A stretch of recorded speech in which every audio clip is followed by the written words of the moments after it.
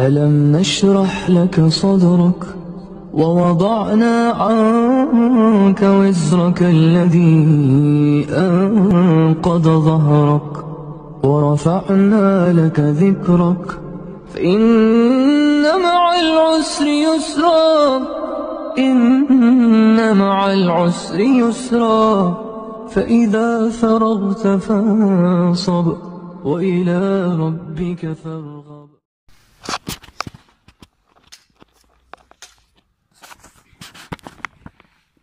Au nom de Dieu, le clément, le miséricordieux par essence et par excellence, que la paix et la bénédiction soient sur son prophète Mohammed, ainsi que sa famille, ses compagnons.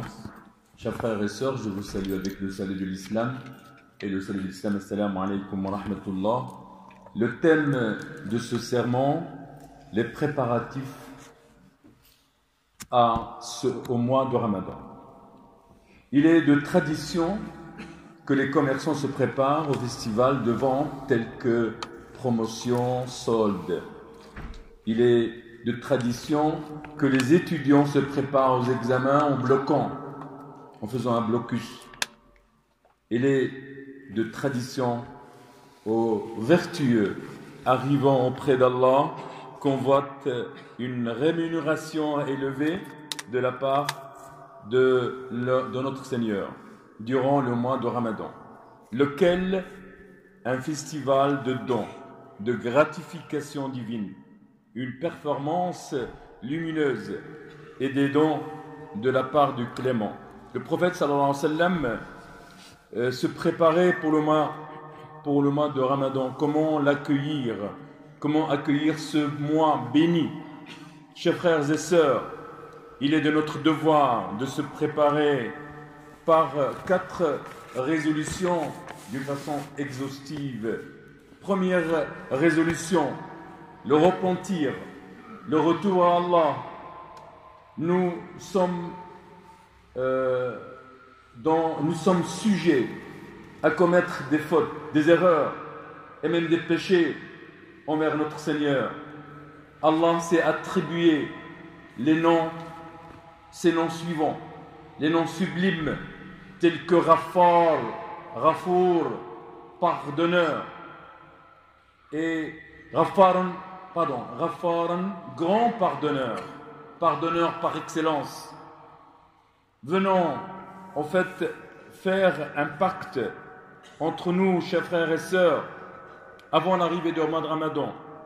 Le prophète sallallahu alayhi wa sallam a dit dans un hadith qudsi, un hadith à caractère divin, il dit: ô fils d'Adam, même si tes péchés atteignent le ciel, et puis tu me demandes pardon, je te pardonnerai. Il ne faut pas tomber dans les pièges du shaitan qui vous invite à que Allah il n'est pas pardonneur. Voilà, chers frères et sœurs, la réponse. Vous demandez à Allah subhanahu wa ta'ala, vous invoquez Allah, il vous exaucera vos implorations. Deuxième résolution, rendre les injustices, les préjudices, les torts.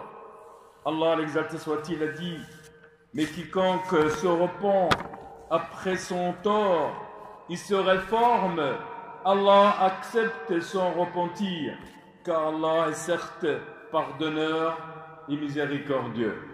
Troisième résolution, c'est le choix de la bonne compagnie et le changement si c'est nécessaire. Nous sommes dans un mois où on doit profiter au maximum de chaque moment.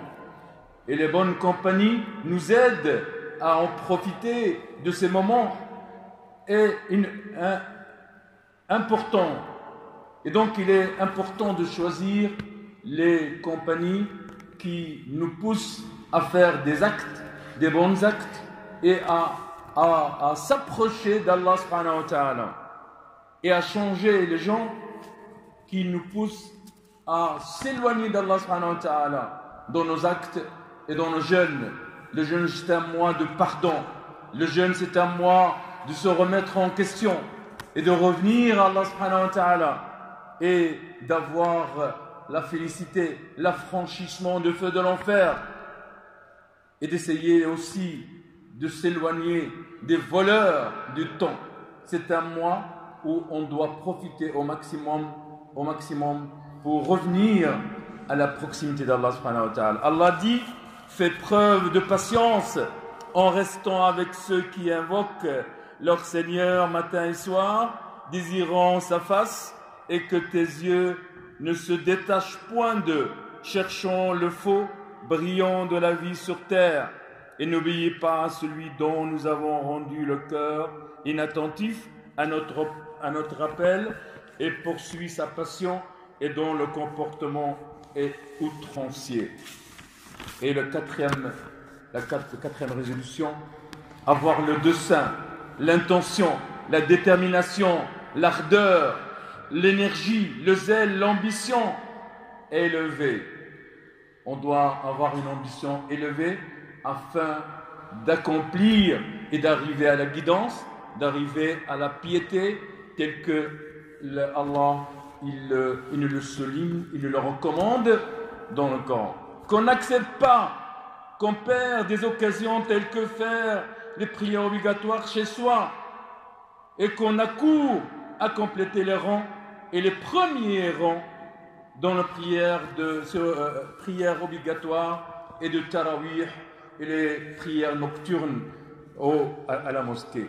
Qu'on n'accepte pas les gens à accourir, à donner les aumônes, et nous, on est assis chez soi, omnibulés par les programmes de TV, par les réseaux sociaux, et que ces moyens, ils nous font perdre notre temps, ils nous volent notre temps qui est précieux, surtout pendant le mois de Ramadan. Allah, l'exalté soit-il, a dit, et concourez au pardon de votre Seigneur et à un jardin paradis large comme les cieux et la terre préparée pour les pieux. Vous voyez, chers frères et sœurs, c'est seulement une préparation que nous devons nous préparer psychologiquement, spirituellement à accueillir un mois, pas comme les autres, un mois où les festivals, où les ressources de croyants augmentent. Et en fin de ce sermon, nous demandons à Allah subhanahu wa ta'ala qu'il nous fasse parvenir au mois de Ramadan, il nous fasse des attributions, des actes et des actes sincères au Seigneur des mondes. Wa astaghfirullah li wa lakum wa li jami'il muslimin. Wassalamu alaykum wa rahmatullah. إن الله وملائكته يصلون على النبي يا أيها الذين آمنوا صلوا عليه وسلموا تسليما